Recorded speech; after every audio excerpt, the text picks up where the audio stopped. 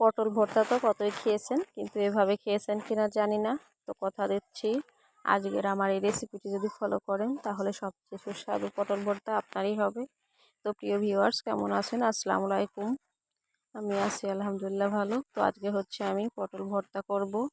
তো আমার প্রসেসটা দেখে বুঝতে পারবেন কিভাবে বানাচ্ছি। কোনোটুকু মিস করলে তাহলে কিন্তু বুঝতে পারবেন না।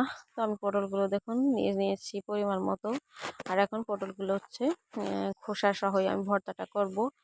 তো আমি কিন্তু কিচ্ছু করি নাই, জাস্ট একটু এভাবে কেটে কেটে নিচ্ছি যাতে বাটতে সুবিধা হয়।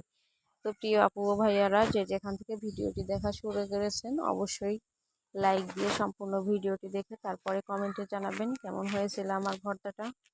তো দেখুন আমি কিন্তু এভাবে কেটে কেটে নিচ্ছি, চাইলে আপনি ছোট বড় করে নিতে পারেন, কোনো সমস্যা নাই।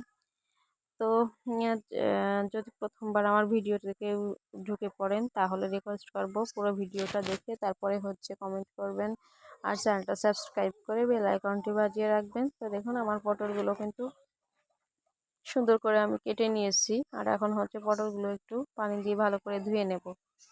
তো পটল ভর্তা তো অনেক আপুরা অনেকভাবে দেখাচ্ছে, তো আমার মনে হলো আমি একটু অন্যরকম করে করি। তো আমি সেটাই চেষ্টা করেছি আপনাদের সঙ্গে শেয়ার করার জন্য। তো আমি হচ্ছে এখন পটলটা ভালো করে ধুয়ে নেব। আর আজকের পটল ভর্তাটা কিন্তু একেবারেই অন্যরকম প্রসেসে করেছি। তো দেখুন আমি প্রথমে হচ্ছে কড়াই ধুয়ে নিলাম, কড়াই চুলাইতে দিয়ে দিয়েছি, আর এখন একটু তেল দিয়ে দিলাম। এখন আর বেশি তেল ব্যবহার করার দরকার নাই, কারণ পুরো রেসিপিটি দেখলে বুঝতে পারবেন। এখানে 2টা রসুন আর হচ্ছে 3-4টা পেঁয়াজ কেটে নিয়েছি, আর কিছু কাঁচামরিচ দিয়ে দিলাম। আর এখন এখন এগুলো হচ্ছে আমি সুন্দর করে একটু ভেজে নিব। তো এগুলা হচ্ছে আমি ভালো করে নেড়েচেড়ে একটু ভেজে নিব। তারপরে হচ্ছে এর মধ্যে আমি পটলটা দিয়েও একটু হালকা করে ভেজে নেব। তো প্রিয় আপুরা, দয়া করে পুরো ভিডিওটি দেখে তারপরেই কমেন্ট করবেন।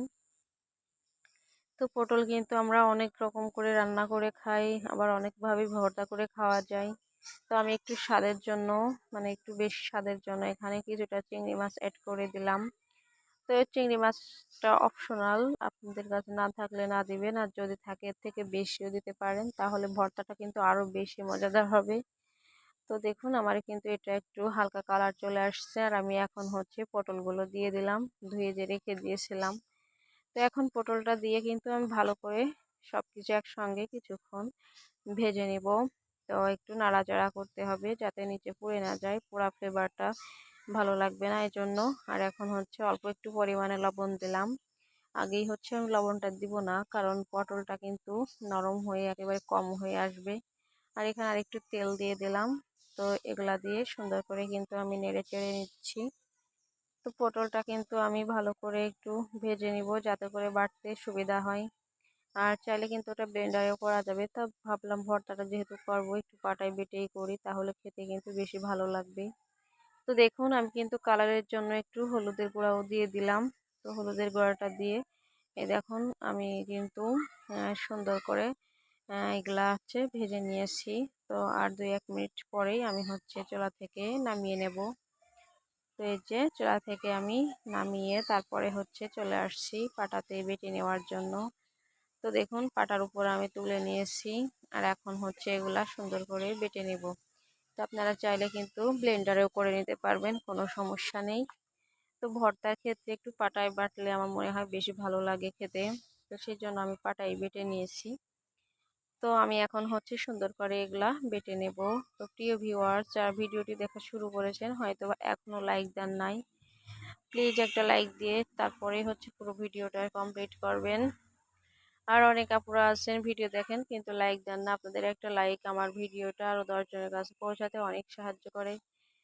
তো দেখুন আমি কিন্তু সুন্দর করে পাটাই বেটে নিচ্ছি। তো এগুলা কিন্তু বাটা একটু কষ্ট হয়ে গেছিল, কারণ হচ্ছে আমি যে খোসা সহ পটল ভর্তাটা করতেছিলাম, এর জন্য খোসাটা একটু বাটতে সমস্যা হচ্ছিল।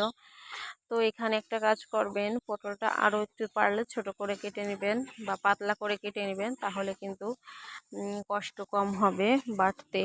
তো দেখুন আমি কিন্তু সুন্দর করে এগুলা বেটে নিচ্ছি। তো আমার ভিডিওটি যদি ভালো লাগে তাহলে বলবো সবার মাঝে একটু শেয়ার করে দেবেন, আর একবার হলেও ট্রাই করবেন এরকম করে ভর্তাটা করার জন্য। তো আমি হচ্ছে এগুলো সমস্ত কিছু বেটে নিয়ে তারপরে হচ্ছে পাটা থেকে তুলে নেব।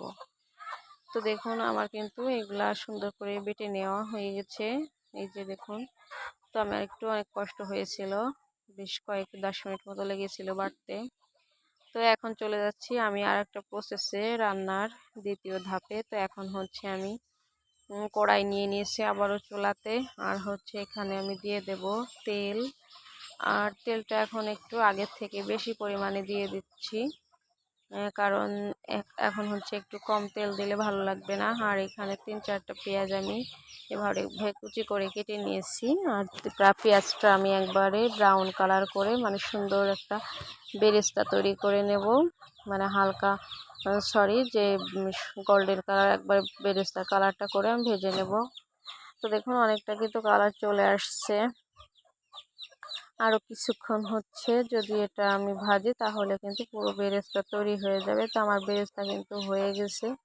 আর এই পর্যায়ে হচ্ছে আমি যে বাটা যে রেখেছি পটল বাটাটা, ওটা আমি এখন অ্যাড করে দিচ্ছি। তো এইরকম যদি বেরেস্তার মতো করে পেঁয়াজটা ভেজে তারপরে যদি এটা এর মধ্যে আরেকটু কিছুক্ষণ নাড়াচাড়া করেন, কথা দিচ্ছি সত্যিই অনেক মজা হবে। একবার হলেও ট্রাই করবেন এভাবে। আর আমি কি বলবো, এটা তো অনেক মজা হয়েছিল। আরও চিংড়ি মাছ ছিল, মানে সব কিছু মিলিয়ে অনেক অনেক মজা হয়েছিল ভর্তাটা। না করলে বুঝতে পারবেন না। তো আমার প্রসেসটা যদি আপনাদের কাছে ভালো লাগে তাহলে একবার হলেও এইভাবে ট্রাই করবেন। তো দেখুন আমি কিন্তু সুন্দর করে নেড়ে চেড়ে নিচ্ছি। আর এখন হচ্ছে আমার কাছে ঝালটা কম মনে হয়েছিল, এই জন্য আমি কিছুটা মরিচের গুঁড়াও দিয়ে দিলাম। তো এটা দিয়ে হচ্ছে আমি 5-6 মিনিট হচ্ছে নেড়ে চেড়ে নেব। আর ওই যে আগে যে লবণটা কম দিয়েছিলাম, এই জন্যই যে আমি পরে ওটা পরিমাণ বুঝে তারপরে আরও কিছুটা হচ্ছে লবণ দিয়ে দেব। তো আমার মনে হলো লবণটা আরও দিতে হবে। তো সেখানে আমি একটু লবণ আর একটু হলুদের কালারটা কম আসছিল, এর জন্য দিয়ে দিয়েছি। তো দিয়ে দেখুন সুন্দর করে আমি নেড়ে চেড়ে নিচ্ছি। এখানে কিন্তু অত বেশি রান্না করার প্রয়োজন নাই, মোটামুটি কিছুক্ষণ রান্না করলেই হয়ে যাবে। তো দেখুন আমার ভর্তাটা কিন্তু প্রায় হয়ে আসছে। তো আমি আর একটু চুলায় রেখে তারপরে হচ্ছে জাল দিচ্ছি না, জাস্ট চুলার উপর রেখেছি। আর এখন হচ্ছে এটা আমার হয়ে গেছে, আমি হচ্ছে চুলা থেকে কিছুক্ষণ ধরে নামিয়ে নেব।